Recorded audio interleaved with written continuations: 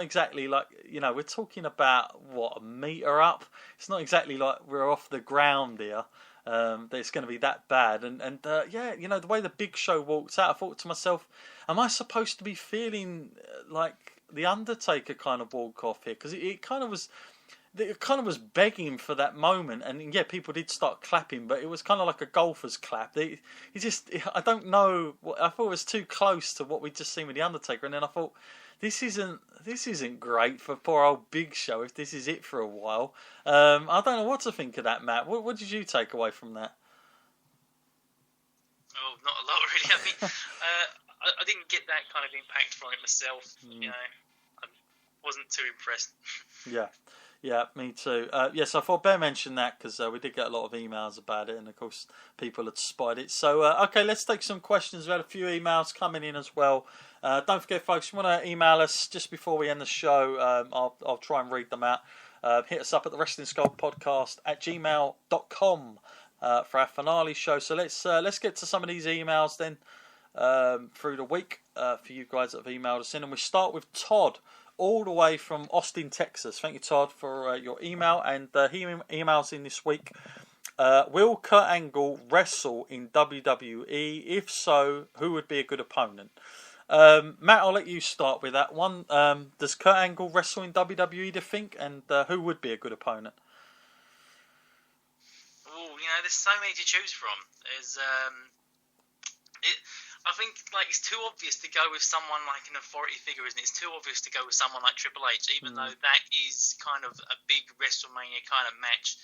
That Triple H does wrestle at every WrestleMania. They have to write something in, so that is something that could work. Even though I'd prefer the Shane McMahon Triple H angle myself, but that is a possibility because they're going to come back sooner or later, and it might be a bit of a conflict of interest somewhere along the lines in that kind of area.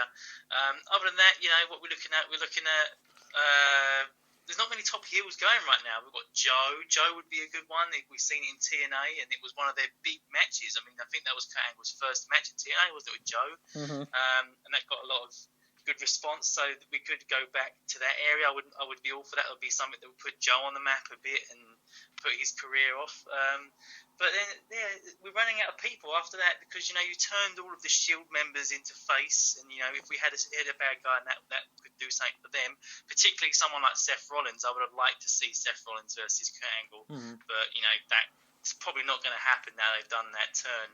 So that's kind of my two main guys. I'm looking at Triple H and Joe, but it's a bit sad because if he was on SmackDown, I could have come up with a lot more. But because he's on Raw, I'm assuming it has to be written into a Raw kind of story.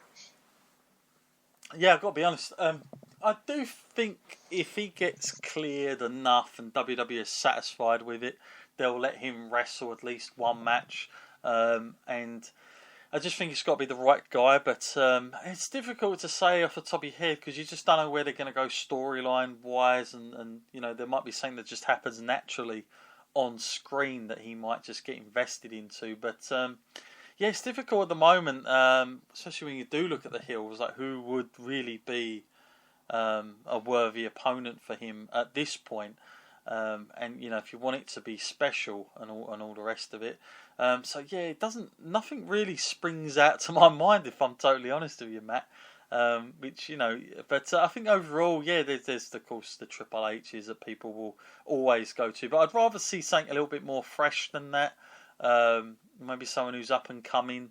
I think that would be my way of going with it. But nobody that really springs out at this point. I've got to be honest with you, but I do think, if I'm honest, I do think he will wrestle in WWE. Just the way he's been talking about it of late.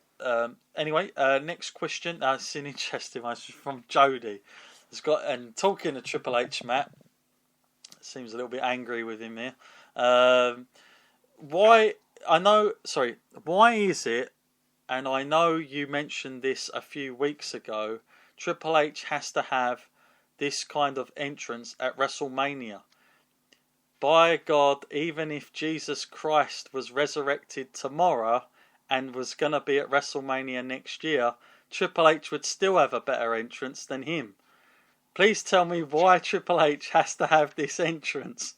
So obviously Jody's really hung up on this one. Listen, I don't know what it is, but like he's Triple H. He's where he is. I mean, Matt said it a couple of weeks ago. He only has to get on the phone, and I suppose he's sorting it out. Whereas other guys, they've probably got to come up with these ideas and go through all different channels. But Triple H is, for the last, I don't know how long now, has made it his business to be the guy that gets the grand entrance, and that's just part of the persona of Triple H at the moment. I think there's lots of ways of looking at it, but like I kind of get where people are coming from, but I don't really think it's outshining anything else. I mean, where else?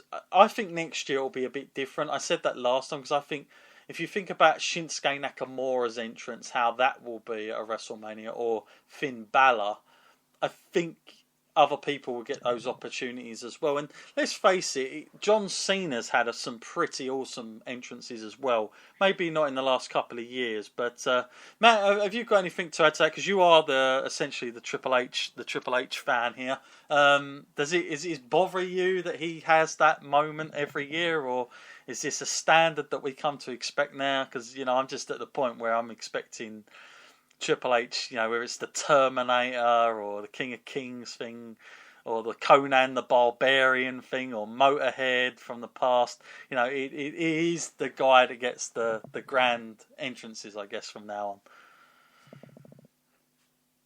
No, but I think it's a good thing as well. I mean, I know a lot of other people should have good entrances as well, but when you're watching WrestleMania, say you're watching it the day after, and then you don't want to watch 7 hours of wrestling, You want to get through this as quick as you can. You're fast forwarding entrances. When you get to Triple H's, though, you'll think, oh, I know this is going to be a good one. I have to watch this entrance. That's what I suppose a lot of people do. So I don't think it's so bad in that. It's become a part of WrestleMania now. It's like one of those moments, like, what is Triple H's entrance this year? And I'm always interested to see. But yeah, I agree. A lot of other people should have good entrances. Like you said, John Cena did. He had a whole lineup, a whole parade of gangsters, didn't he? One of whom was CM Punk. Mm-hmm. I guess, it's just, I suppose, like I said, it's easy for Triple H, isn't it? He gets on the phone, sorts it out. He might even pay for it for himself, We don't even know that. It might be like not covered under the expenses maybe he's putting into that. He's probably got enough to do that. But yeah, I think it's great. I like watching those entrances. If all the entrances were that grand, I think WrestleMania you'd have to add another hour and a half onto it. I don't know. We need that. Hopefully that answers your question there. Okay, now we've got Russ. First time emailer. Thank you, Russ, for emailing in. I've heard yet another rumour. WWE is considering Shane McMahon versus Jinder at SummerSlam. Can you tell me more? Oh no. I hope not, Russ, to be honest with you, because, look, I'll go back to WrestleMania. Okay, I was pleasantly surprised with Shane versus AJ, but even that had flaws in it, in the fact that he was able to kick out of a Stars Clash. And that he got in better punches or more punches against AJ than 90% of the SmackDown roster that AJ's gone up against, including John Cena. That bothered me quite a lot. So I don't know why Shane has to have matches all the time. It does get a little bit obsessive. I have not heard this rumour, I've got to be honest. I don't know if Matt has, but if it is true, I'm not looking forward to it, and I'll do the whole Corey Graves thing. What does it do for me? Nothing. Matt, what would that match do for you? Not a lot, but not unless Jinder wins. If he was to go out there and surprise him and win this match, then that would, I don't know, that would be a huge talking point perhaps, but I'm not sure how long that nostalgia would last, or that novelty, I should say, would last for on that match. Not really the best use, I think. I think if you're going to use Shane McMahon in matches like this, use him very sparingly. Don't just bring him out every time you're a shorter person or you want to make a name for someone, because I don't think Shane McMahon's best place is in the ring. I mean, I know he's an amazing athlete in himself, himself, and he can do it. It's just if we keep seeing him month to month in that ring, it's gonna just become pointless in the end, and just you won't get the effect that they're aiming to get for when they do put him in the ring. Yes, no, you certainly won't. We'll have to wait and see on that one, Russ. But yeah, thanks for your question there. Okay, he's here. He's the, I guess he's the, he calls himself the #1 fan, and he's always emailed in. He's had a few stints off as well. I think you know where I'm going with this, Matt. Jimbo, Wrestler Squad #9. He's back, and he's actually sent in 2 emails. He sent in one from last week, and he's actually sent one in live, so I'll read both of them out. I really like the idea of Braun becoming an anti-authority figure, a bit like an Austin, but a much bigger version, and getting over as a babyface. He's already getting the good reaction from fans, but they're not making it obvious. I like this. I think there's a lot of money to be made in him. Your thoughts? So that one first, Matt. What is the... I mean, for a little while before WrestleMania, Matt, I was actually thinking potentially he could be going babyface. Perhaps, you know, for that whole... Because we knew that potentially he would be the first guy for Brock. I thought, how are they going to do that? Is Brock going to be playing baby? Or is Braun going to be... you know, is there a chance that Braun Strowman will become... a baby face here? Where do you think he... I mean, eventually, I suppose what I'm trying to say, Matt, eventually, would you see Braun being a big money-making baby face for WWE? Well, you know, I'm not too sure about that. I'm kind of a believer that when a space opens up, someone else will step into that space. And like now, Braun's come up in a time when Kane is on his way out. You know, we don't really see Kane, and they were both booked as a big scary monster.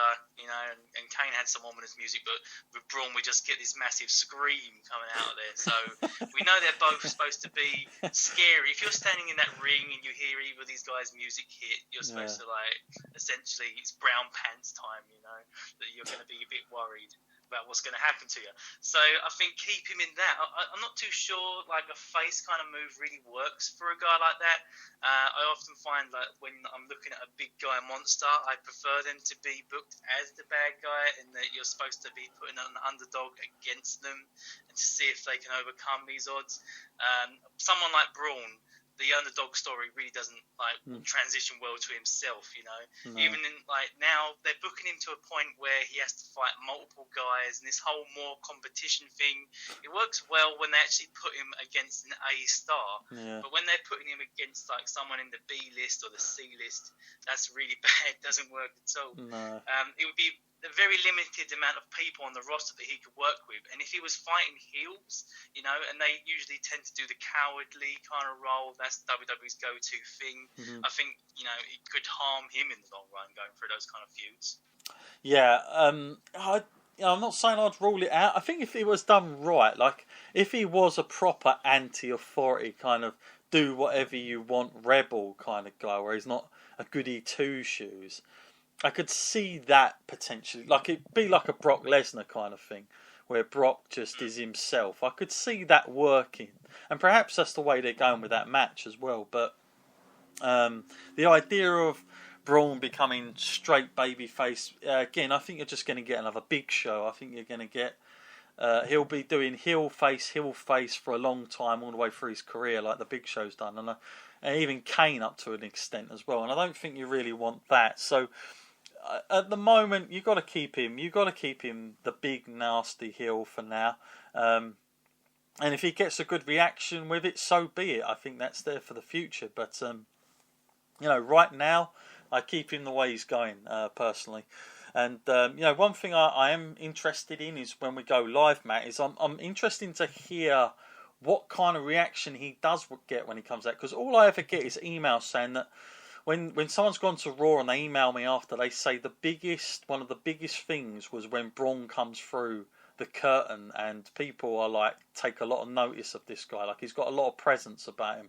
So I'm interested to see if I get that vibe from him as well. Hopefully I'll see him and what I kind of see it, because obviously, Matt, we saw him when he came out again on Raw, didn't we? On in New York. Is when he actually sort of made his debut with the Wyatts, and of course that was the first night of seeing the guy. So it's interesting to see how he's developed in the last couple of years. He's definitely improved his in-ring stuff. And for a guy his size, he is quite agile.